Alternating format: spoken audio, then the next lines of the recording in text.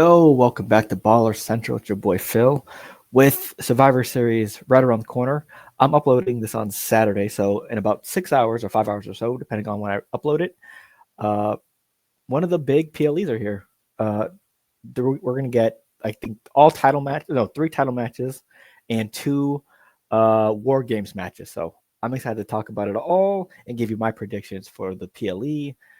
If you're new here, welcome to Baller Central. Basically, a lot of sports talk from the guys, myself, John, Elijah, Waleed, TJ, but in our own perspective and unique point of view. So, hey, if you're new, make sure you like and comment down below, subscribe, and put a notification so you know we upload. It's going to be a sort of a quick video since I'm doing a solo today, but nonetheless, let's get into everything. So, I ordered the matches in the matches of how I think it's going to go down. So, bear with me.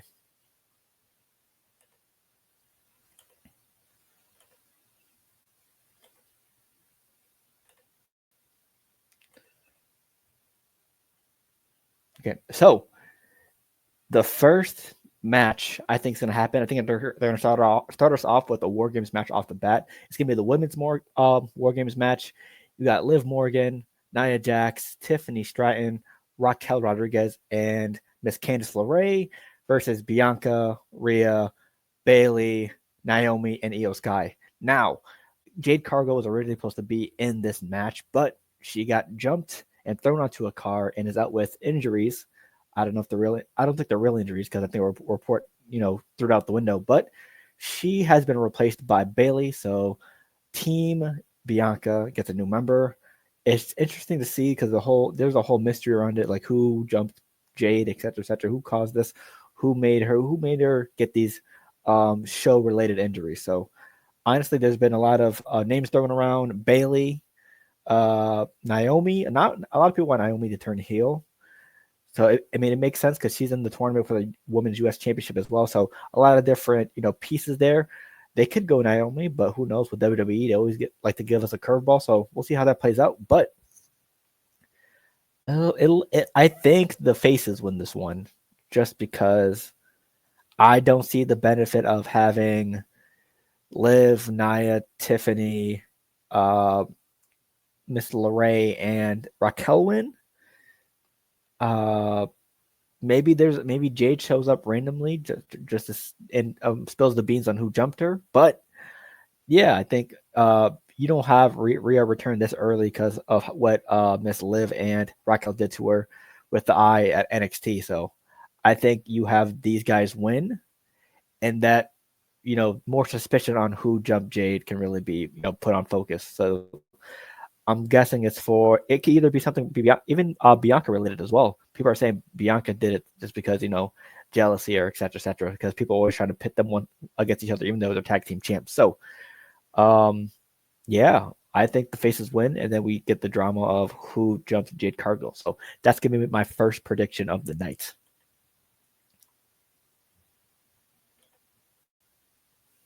And then we're gonna go into the order of matches I think is going to happen next.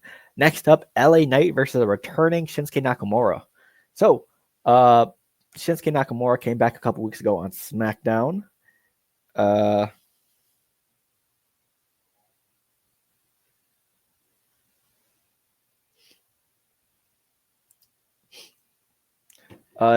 And hey, he came back with a cool theme music. It's the same theme music, but some more beats into it. It sounds really cool, in my opinion. But yeah, he's been gone for a while. I believe he hasn't had a televised match since like April or maybe a long time ago. So it's nice to see them trying to reinvent Shinsuke because he's been a catering service Hall of Famer for the last couple of months, close to a year. So honestly, I don't think they give up LA Knight's US title this early, or if they didn't give it up to Carmelo or Andrade, I don't think they give it up to Shinsuke, who just showed up. Maybe they're trying to make a little rivalry between these two. So maybe LA Knight wins, but he gets jumped by Shinsuke after the match with the mist, etc. So I see LA Knight winning this, but hopefully this helps strengthen Shinsuke Nakamura as a regular on the SmackDown show, because he is very talented, one of the best strikers in the business. But yet again, WWE fails to capitalize because they have so much going on. The Bloodline, they have the Judgment Day, Liv Morgan, Rhea Ripley, and others. So it's a lot to balance on just a short amount of time for the show. So I think LA Knight gets the W here. Next up, a triple threat match for the Intercontinental Championship. You got Sheamus, who is basically the pro here, the guy who's been through it all in his illustrious career. He's had a amazing career, some may say Hall of Fame worthy, and he is a multiple time Intercontinental Champion. So, hey, if you want someone battling for a title, Sheamus is one of your guys. You got Braun Breaker, who lost the title to Jey Uso, but then got it back for a short while. So he's been doing pretty good as the champion. Promos have been decent, and the matches have been electric and fire as always because of his power, strength, and unique mobility. And Ludwig Kaiser is in this match as well. He's on the come up.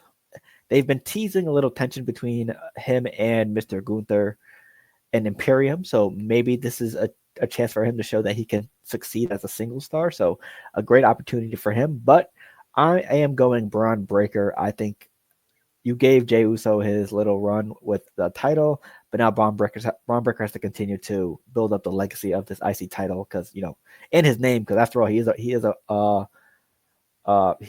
a son of a Hall of Famer or close to Hall of Famer. I don't know if Big Papa Pump Scott Steiner is a Hall of Famer or not, but I'm sure he is. So yeah, he has to build up the title. So I'm going Mr. Braun Breaker. Next up, we have a rematch from a while ago. The World Heavyweight Championship title is on the line. Gunther versus Damian Priest. Yeah, I think I think Gunther's going to win, but I think these two are going to put on a show just because they have history. Gunther did beat Damian to become the World Heavyweight Championship thanks to a Finn Balor.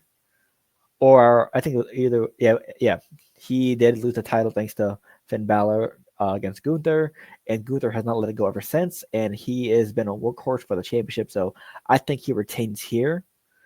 But this time around, I think Damian has got some back and forth with Gunther on the mic. So, yeah, I think Damian loses here, but I don't know where he goes from here, to be honest. Judgment Day drama, Finn Balor drama, but yeah, this is just another match for Gunther to put a title notch on his belt. So I got Gunther.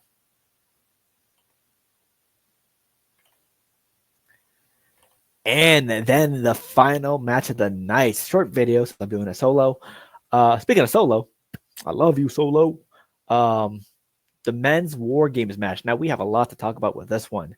You have the new bloodline consisting of Solo Sikoa, Tama Tonga, Tonga Loa, Mr. Jacob Fatu, and Mr. Bronson Reed, who is also Samoan. So, hey, it works out. Not the person I expected to be in this match, but hey, it is what it is. Against the OG bloodline, Roman Reigns, Jey Uso, Jimmy Uso, Sami Zayn, Sami Uso, and CM Punk. Now, CM Punk is in this match because everyone else said no. Seth Rollins said no. Everyone on the roster for SmackDown and Raw all said no because of what Roman Reigns has done to them in the past. So, rightfully so. They're not wrong to say no. But Paul Heyman returned a week or two ago and basically brought his friend with him because CM Punk was the original Paul Heyman guy.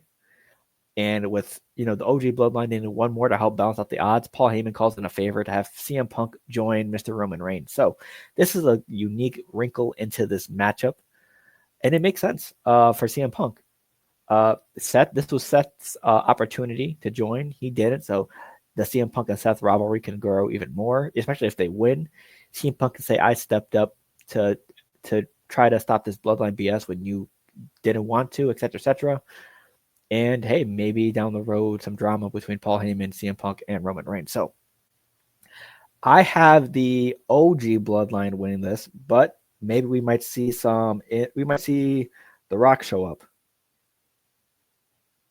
So I don't know who. Because you can't have a PLE and not have The Rock show up, right? It's only fair.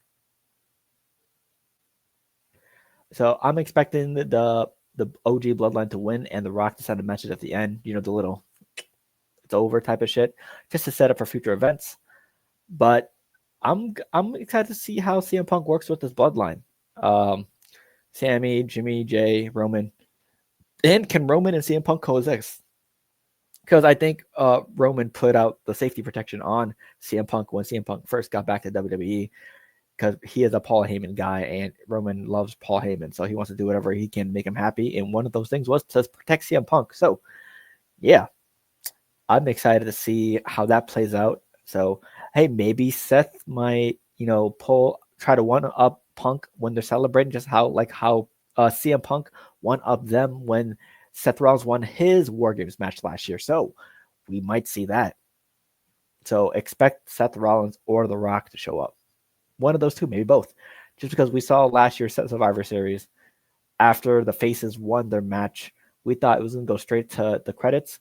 The music hits, CM Punk's back. So Seth Rollins has a great chance to do something hilarious here and take CM Punk's lightning and probably spark a rivalry. So looking forward to that.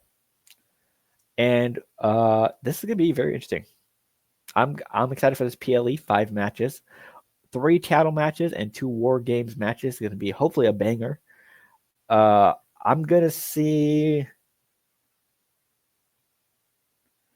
how this plays out, just because of how things are going to go. I think the best best match of the night might be not the IC title match. Honestly, it could be the men's War Game, just because storytelling wise, I'm going with that. But absolute banger, it could possibly be the IC title match, the triple threat.